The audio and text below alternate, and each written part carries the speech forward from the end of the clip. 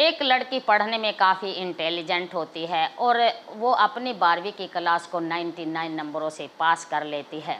जैसे ही वो अपनी 12वीं की क्लास को अच्छे नंबरों से पास कर लेती है, वो आगे की पढ़ाई पूरा करने के लिए ग्रेजुएशन में एडमिशन ले लेती है। वो अपने सपनों को पूरा करने के लिए, अपनी मंजिल तक पहुंचने के लिए वो अपनी शिक्षा को उच्च स्तर तक ले जाना चाहती है, उच्च स्तर पर पाना चाहती है। उसका सपना है यूपीएससी का टेस्ट क्लियर करके एक आईएएस अधिकारी बनने का, और उसकी जो ग्रेजुएशन की पढ़ाई है वो भी अच्छे नंबरों से पास हो जाती है। और जैसे उसकी ग्रेजुएशन की पढ़ाई पूरी हो जाती है, उसके मम्मी पापा कम पढ़े लिखे होने के कारण उसकी भावनाओं को समझ नहीं पाते हैं और उसकी शादी तय कर देते हैं। जैसे ही वो अपनी बेटी की शादी तय करते हैं, उसकी बेटी को पता चलता है तो वो मन ही मन काफ़ी उदास रहती है और वो सोचती है कि अब मेरे सपने कभी भी पूरे नहीं होंगे। वो अपने मम्मी पापा के फैसले का सम्मान करती है और वो शादी कर लेती है। अपने सपनों को लेकर, अपने सपनों के साथ वो अपनी ससुराल चली जाती है और वो सोचती है कि काश जो मेरे पति हैं मेरे सपनों को पूरा करने के लिए मेरा सहयोग पूरा करेंगे। लेकिन ससुराल में जाके भी उसके साथ ऐसा ही होता है जैसे उसके मायके में होता था।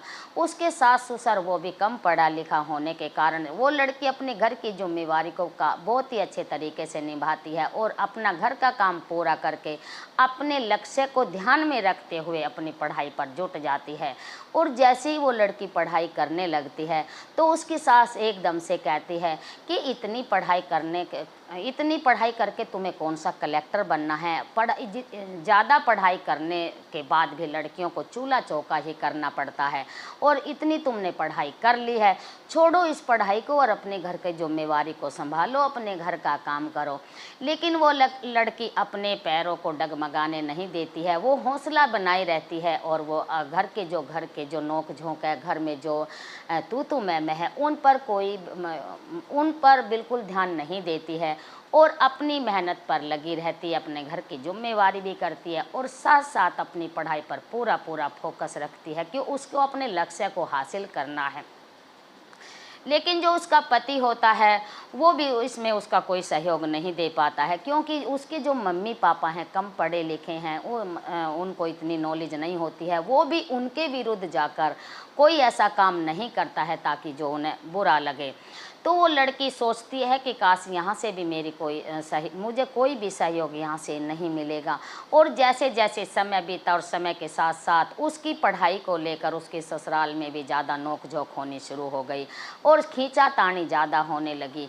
लेकिन वो फिर भी अपने लक्ष्य को ध्यान में रखती है और वो अपनी शादीशुदा ज़िंदगी को दांव पर लगा देती है और कोर्ट में जाकर तलाक की अर्जी लगा देती है।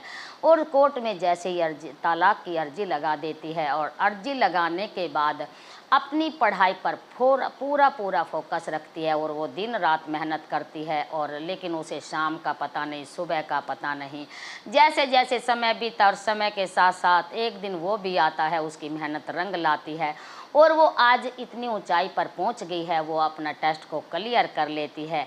जिस मेहनत को सफल करने के लिए बच्चों को वर्षों लग जाते हैं, जिस मंजिल को पाने के लिए बच्चे इतनी कड़ी मेहनत करते हैं, लेकिन उन्हें फिर भी कोई गारंटी नहीं होती कि ये मंजिल हमें मिलेगी भी या नहीं मिलेगी।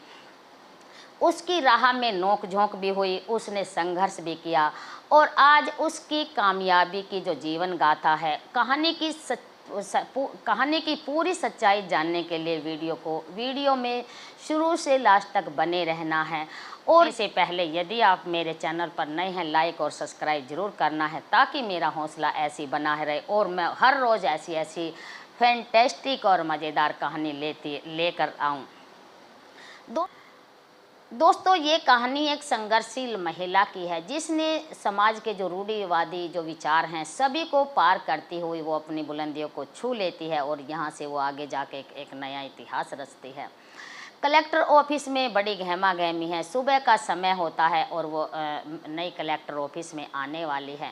ऑफिस का जो पूरा स्टाफ है वो नई मैडम के आने की तैयारी में जुटा हुआ है। जैसे ही सुबह के 10 बजते हैं और कलेक्टर ऑफिस का जो प्रांगण है, जो आंगन है, वहाँ पर एक नए वाइट कलर की गाड़ी आकर रुकती है। जो ऑफिस का जो पूरा स्टाफ है अपने हाथों में गुलदस्ता लिए हुए गाड़ी की तरफ दौड़ने लगते हैं। सबसे पहले बड़े बाबू हाथ में गुलदस्ता लिए हुए गाड़ी का जैसे ही गेट खोलते हैं, वो फूलों का गुलदस्ता मैडम को देते हुए उनका स्वागत करते हैं। मैडम ने नीले कलर की औरंजा साड़ी और आंखों पर उन्होंने चश्मे लगाए हुए हैं। एक हाथ में उन्होंने घड़ी पहनी हुई है और मोबाइल ले रखा है, दूसरे हाथ में उन्होंने अपनी डायरी संभाल के रखी है। मैडम बहुत ही सुशील और सुंदर लग रही थी। और स्टाफ के जो दूसरे कर्मचारी थे वो अपनी पंक्तियों में अपने क्रम में हाथों में गुलदस्ता लिए हुए वो भी मैडम के स्वागत की वेट कर रहे थे। जैसे ही मैडम आगे बढ़ती हैं तो दूसरे जो कर्मचारी या स्टाफ के जो हैं वो भी मैडम की वेट कर रहे हैं। तो वो सभी के हाथों से गुलदस्ता लेती हुई उनका जो स्वागत है वो स्वीकार करती हुई आगे बढ़ती जाती है। और जो लास्ट की पंक्ति के लास्ट में खड़े थे प्रेम सिंह सैनी अपनी नज़रों को झुकाए हुए, मैडम उनकी तरफ एक बार देखती हैं और उनके हाथों से भी वो गुलदस्ता ले लेती हैं और अपने कैबिन की तरफ चली जाती हैं। बड़े बाबू कलेक्टर साहबा को उनके कैबिन में ले जाते हैं। कलेक्टर साहबा पूरे स्टाफ को अपने ही कैबिन में बुला लेती हैं। पूरा स्टाफ मैडम के कैबिन में आकर अपनी अपनी चेयर पर बैठ जाते हैं। उसके बाद बड़े बाबू सभी के पदों का और सभी का परिचय करवाते हैं। उसके बाद जो अपने पिछली जो पंक्ति में पिछली जो लाइन में प्रेम सिंह सैनी खड़े हुए थे, तो वो जैसे उनका नंबर आता है तो वो और पीछे की तरफ चले जाते हैं। लेकिन जैसे वो उनका परिचय करवाते हैं, कलेक्टर साहबा बड़े बाबू को रोक देती हैं कि इनका परिचय न खुद करने दो, आप चुप रहें। प्रेम सिंह अपनी सीट पर खड़े हो जाते हैं और मैडम से कहते हैं कि मेरा नाम प्रेम सिंह सैनी है और मैं यहाँ कलरक का काम करता हूँ।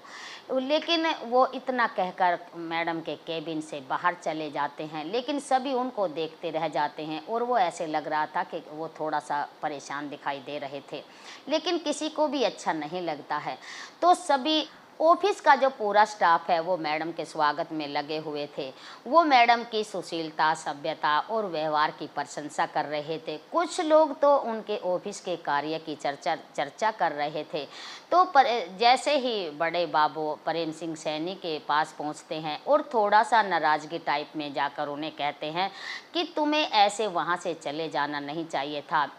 मैडम को इस बात का बुरा लग सकता है, लेकिन प्रेम सिंह सैनी बड़े बाबू को कोई भी जवाब नहीं देते हैं और वो अपनी सीट पर अपनी फाइल को ही देखते रहते हैं। बड़े बाबू वहाँ से चले जाते हैं।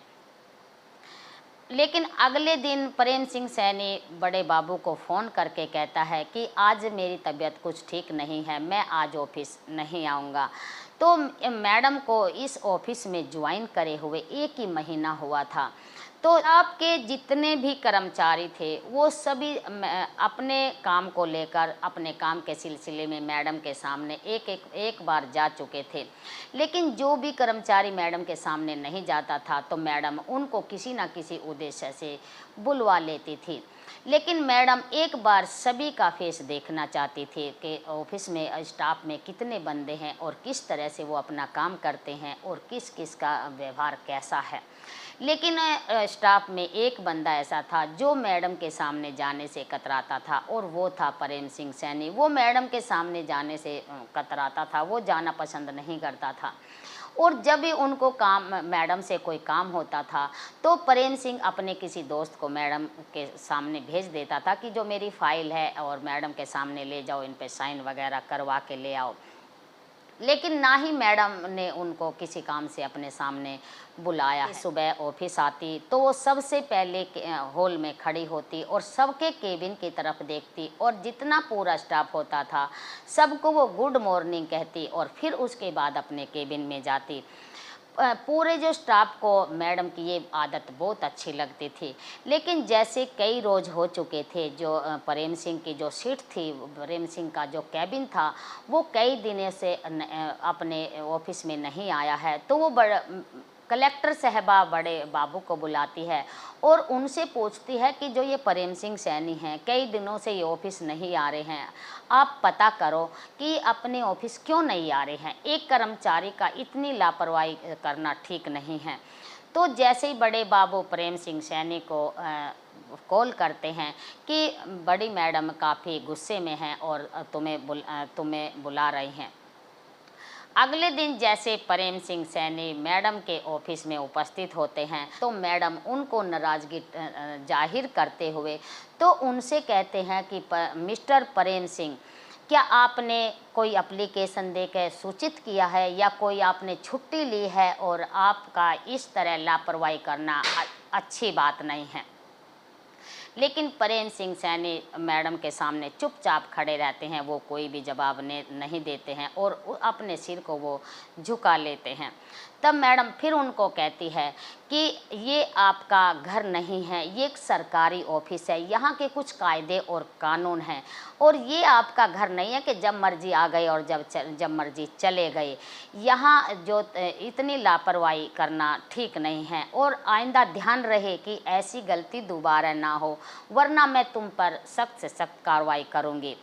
तभी एकदम प्रेम सिंह सैनी अपनी गर्दन को मैडम की ओर एकदम सीधा कर लेते हैं और वो गुस्से में कहते हैं कि जो हमारी जो प्रतिबद्धता है वो सरकार के प्रति है, ना कि हम किसी अधिकारी के व्यक्तिगत गुलाम हैं। मेरी कुछ छुट्टियां बची हुई थी तो मैंने छुट्टियां ले ली थी, इसमें मैंने बताना मुनासिब नहीं समझा। इतना कहने के बाद प्रेम सिंह अपने कैबिन में चले जाते हैं और मैडम उनको देखती रहती है और कि वो इतने गुस्से में। बाद कलेक्टर साहबा बड़े बाबू को बुलाती है और प्रेम सिंह के बारे में पूछताछ करती है। तो बड़े बाबू कहते हैं कि यहाँ इनके जो पोस्टिंग है 2 साल पहले हुई है और जो इनका जो रवैया है यहाँ का, किसी से इनकी दुश्मनाई नहीं है और किसी से इनकी इतनी अच्छी दोस्ती नहीं है। बस ये अपना काम करते हैं और ये ऐसा लगता है कि ये थोड़े बहुत परेशान से भी लगते हैं। सीनियर अफसर हैं जिनका नाम होता है वर्मा जी। ऑफिस के जो जितने भी विकास टेंडर होते हैं सभी वर्मा जी की टेबल से होकर गुजरते हैं। टेंडर के अंदर वर्मा जी का कमीशन होता था और जो एक्स्ट्रा जो बच जाते थे, ऊपर की जो कमाई होती थी उसमें जो अधिकारी बच जाते थे उनका शेयर होता था। और चर्चा में ये भी आता है कि जो पहले कलेक्टर साहब थे उनमें उनका भी इसमें थोड़ा बहुत शेयर होता था। लेकिन जैसे जैसे मैडम को वर्मा जी के बारे में पता चलता है तो वो वर्मा जी के ऊपर नकेल कसना शुरू कर देती है। वर्मा जी को जैसे ही पता चलता है कि मैडम को मेरी हरकतों के बारे में पता चल गया है और वो मेरे ऊपर नकेल कसना शुरू कर दिया है, तो वो मैडम एक टेंडर पर साइन नहीं करती है। तो वर्मा जी इस बात को लेकर काफ़ी परेशान रहते हैं और वो पूरे स्टाफ के सामने मैडम की बुराई करते हैं और मैडम को अच्छा बुरा बोलते हैं।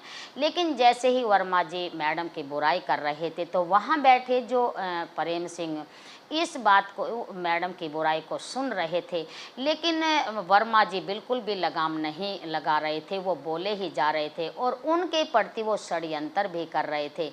लेकिन जब प्रेम सिंह सैनी को बर्दाश्त नहीं होता है क्योंकि वो बोले ही जा रहे थे, लेकिन प्रेम सिंह सैनी को मैडम के बारे में बुराई करते हुए उन पर सहन नहीं होता है और वो अपना आपा खो बैठते हैं और वर्मा जी से झड़प करने लगते हैं। लेकिन जैसे उनकी आपस में झड़प होती है, जो पूरा स्टाफ होता है वो इस बात को सोचने पर मजबूर हो जाते हैं कि जैसे वर्मा जी मैडम की बुराई कर रहे थे, मैडम के बारे में षड्यंत्र कर रहे थे, लेकिन जो प्रेम सिंह है उसको क्यों इतना बुरा लगता है, वो क्यों एकदम से उस वर्मा जी के ऊपर अटैक कर देते हैं और आपस में उनकी काफ़ी ज़ोरदार झड़प होती है और पूरे ऑफिस में हंगामा मच जाता है। लेकिन जैसे ही इस शोर शराबे को कलेक्टर साहबा सुनती हैं तो वो अपने केबिन से बाहर आ जाती हैं और जैसे ही वो बाहर आती हैं तो शोर शराबा बंद हो जाता है और सभी अपनी जगह पर बैठ जाते हैं। तभी कलेक्टर साहबा बड़े बाबू को बुलाती है और पूछती है कि ये कैसा शोर शराबा है। तो बड़े बाबू कहते हैं कि जो वर्मा जी हैं वो आपकी बुराई कर रहे थे, स्टाफ के सामने आपकी बुराई कर रहे थे। तो जैसे ही वो बुराई कर रहे थे, प्रेम सिंह को इस बात का बुरा लगा और वो आपस में झड़प करने लगते हैं। तभी बड़े बाबू के थ्रू प्रेम सिंह को ऑफिस में बुलाया जाता है। तो जैसे ही प्रेम सिंह ऑफिस में आते हैं तो अपनी नाड़ को वो हर जैसे भी वो मैडम के सामने आते थे, लेकिन वो नज़रें उठाकर कभी नहीं देखते थे। वो अपनी नज़रों को झुका लेते थे और जैसे ही वो ऑफिस में उपस्थित होते हैं तो वो अपनी नज़रों को नीचे झुका लेते हैं और खड़े हो जाते हैं। मैडम उनसे लड़ाई का कारण पूछती है कि ये एक सरकारी कार्यालय है, ये तुम्हारा कोई अपना घर नहीं है, सड़क और ये तुम्हारा कोई अपना घर और ये सड़क नहीं है कि जो मर्जी हुई वो उसको करना शुरू कर दिया। तुम्हें शर्म आनी चाहिए, ये तुम्हें शोभा नहीं देता। मैडम प्रेम सिंह को डांटने लगती हैं, लेकिन प्रेम सिंह कोई भी जवाब नहीं देता है। तब मैडम फिर कहती है कि मैं तुमसे कुछ पूछ रही हूँ। प्रेम सिंह मैडम को जवाब देते हैं कि मैडम जैसे ही आपको वर्मा जी के बारे में पता चल गया है तो वो पूरे स्टाफ के सामने आपकी बुराई कर रहे थे।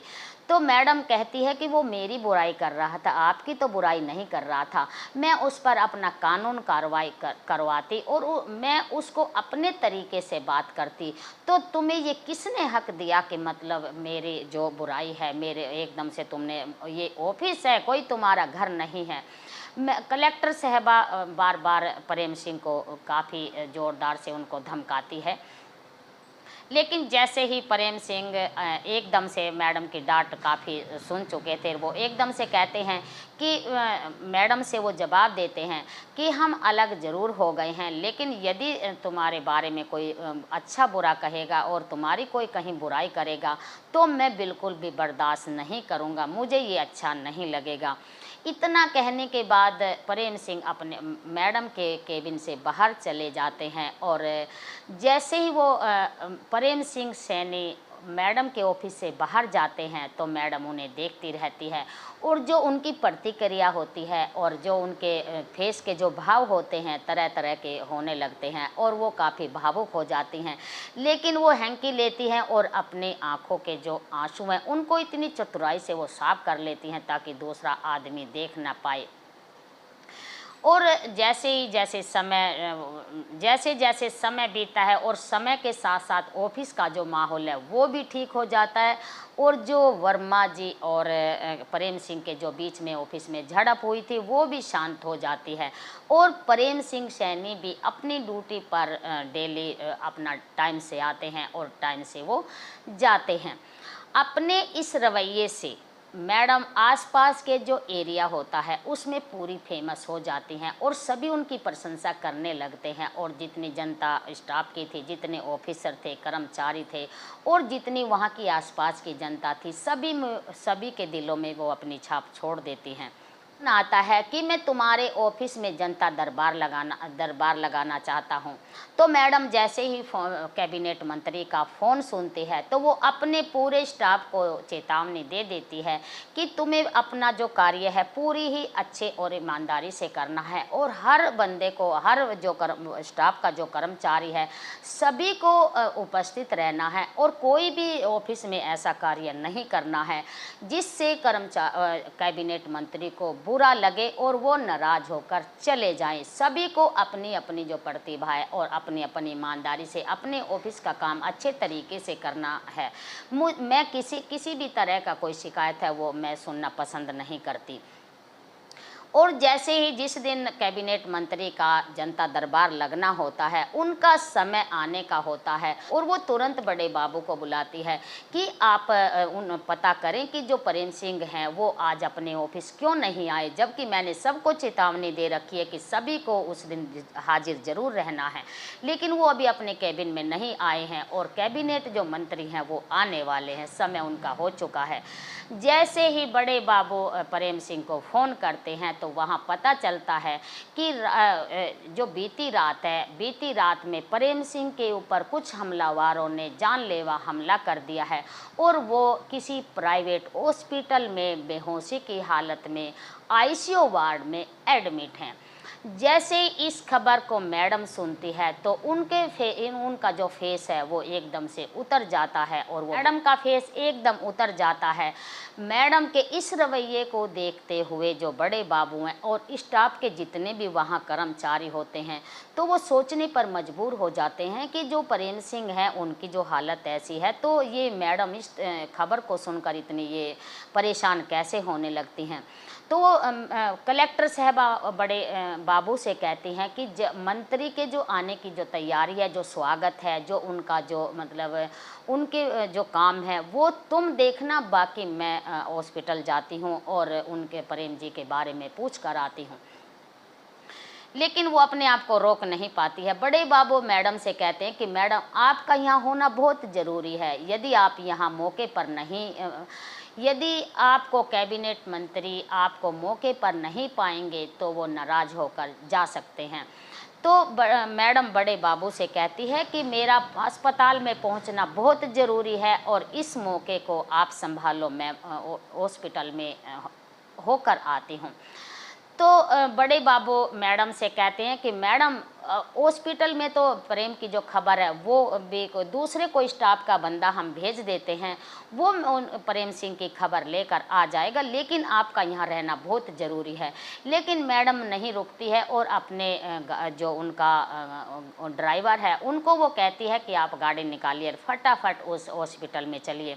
वो अपना बैग उठाती है और अपना फटाफट सीढ़ियों से उतरती। एक आनन फानन में जैसे ही कलेक्टर साहिबा हॉस्पिटल पहुंचती हैं तो वो लिफ्ट के पास पहुंचती है। तो लिफ्ट ऊपर की तरफ गई हुई थी तो नीचे आने में लिफ्ट को अभी टाइम लग रहा था।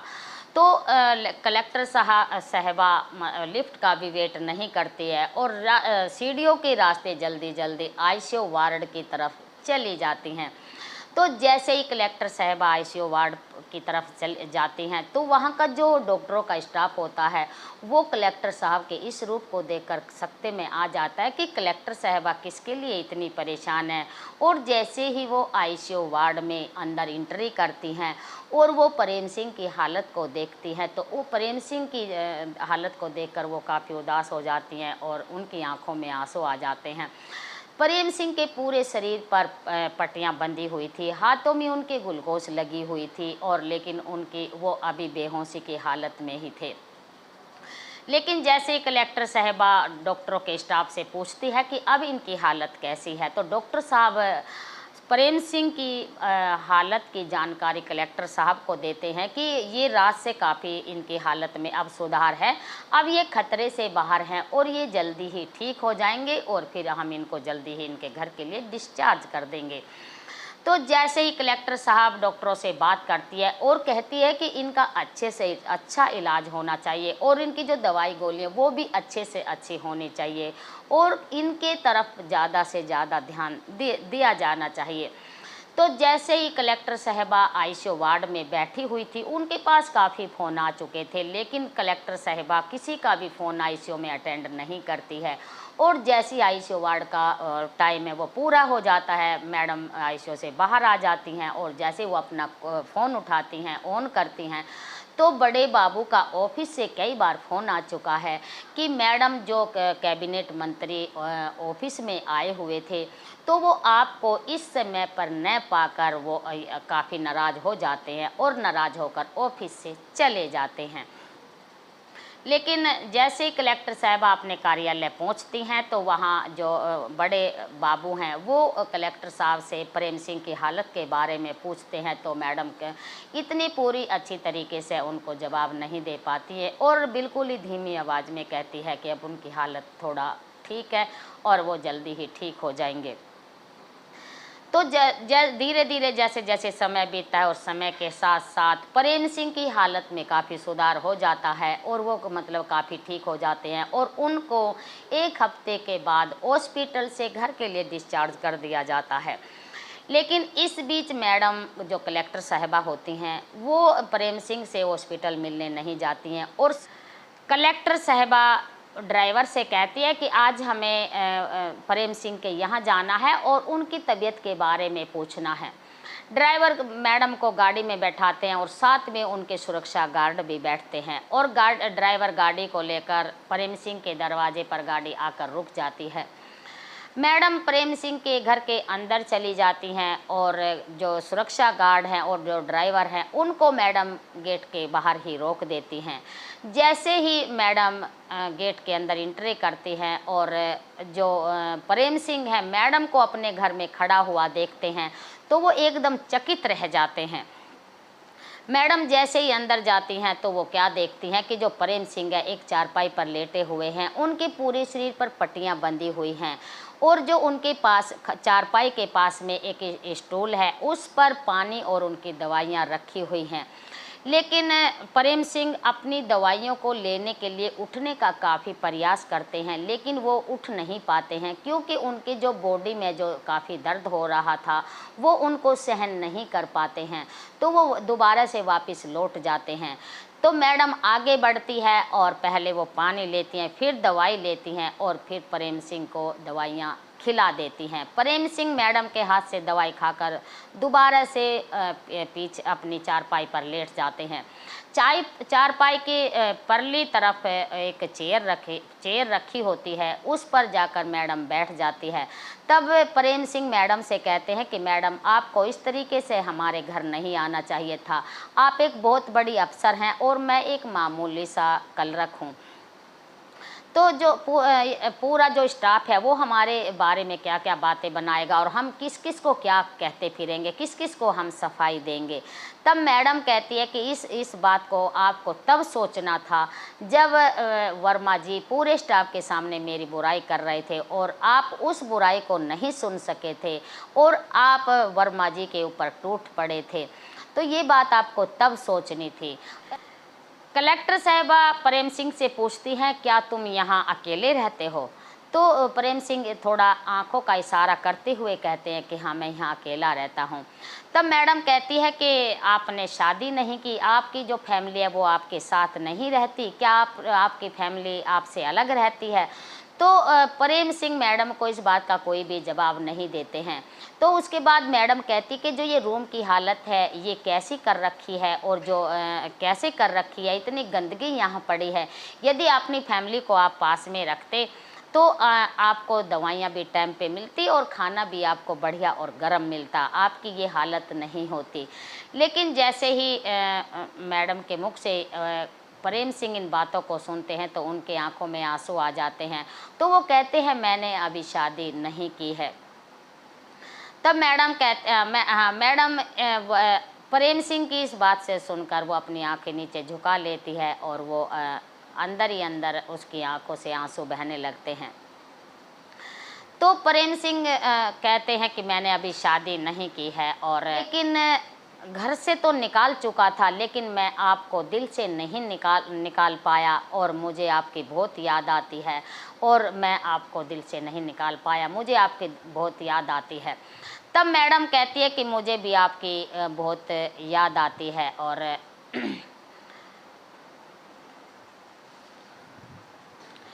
प्रेम सिंह मैडम से कहते हैं कि जो हमारा 5 साल का जो हमने अपना जो समय है जो हमने अपनी नादानी में खो दिया है, उस समय के लिए अनुराधा मुझे माफ़ कर दो। कलेक्टर साहिबा प्रेम सिंह से कहती है कि आपके ऊपर हमला वर्मा जी ने करवाया और उसको हमने सस्पेंड कर दिया और उसके ऊपर पुलिस कार्रवाई भी हो रही है।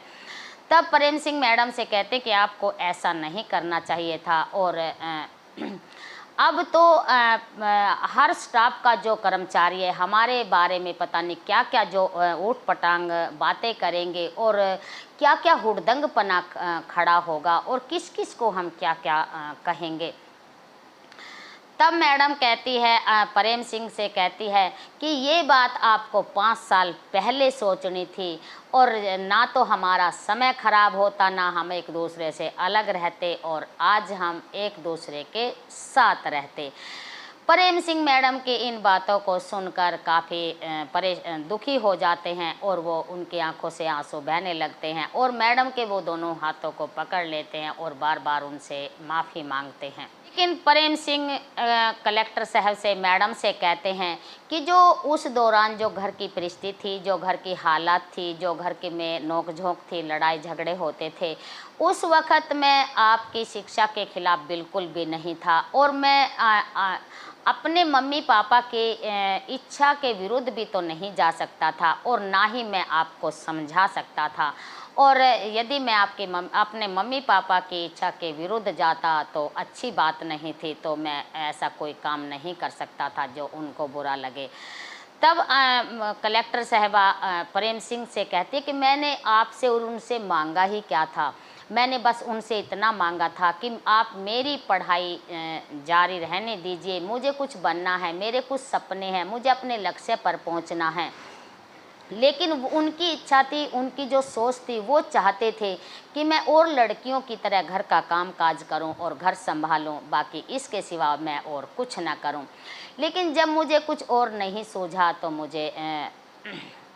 लेकिन आपने उस वक़्त मेरा साथ भी नहीं दिया, क्योंकि आप भी उस वक़्त मेरे खिलाफ़ हो गए थे। आपने मुझे मेरे मायके जाने के लिए मजबूर कर दिया था, जबकि आपको मैं उस वक़्त मेरा साथ देना था, तो मैं करती भी तो मैं और क्या करती।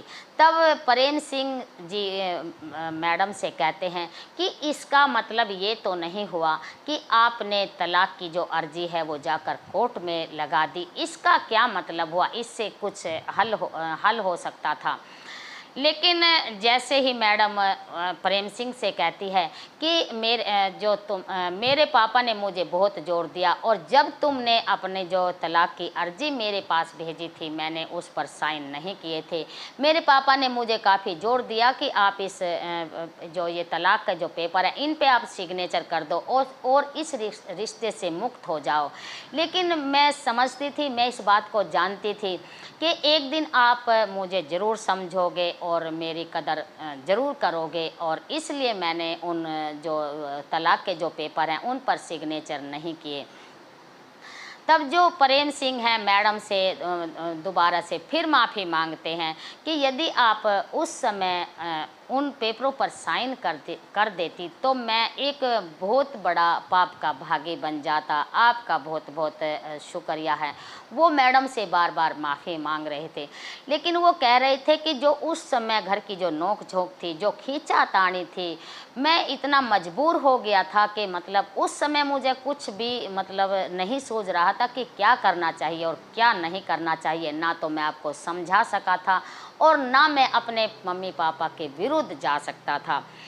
लेकिन फिर अनुराधा कहती है कि जो मैंने मेहनत की, मैं इस मुकाम पर पहुंची, मैंने अपने लक्ष्य पर मैं अपने पे कायम रही और जितनी भी मेरे साथ चाहे आनाकानी हुई, अनबन रही, लेकिन मैंने अपने पैरों को बिल्कुल भी डगमगाने नहीं दिया और मैंने अपने सपने को पूरा करके दिखाया और आज मैं आपके सामने इस मुकाम पर खड़ी हूँ।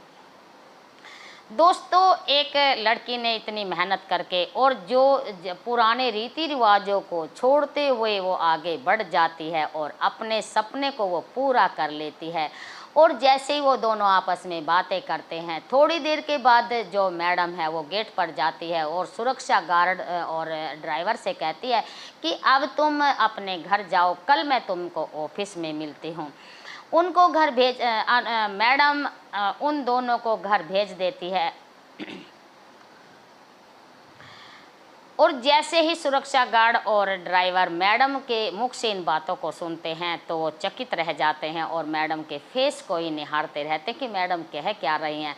तो मैडम उनको अपने घर भेज देती है और गेट को बंद कर लेती है और फिर वो दोनों मियाँ बीबी अपने गिले शिकवों को भुलाकर दोनों एक हो जाते हैं।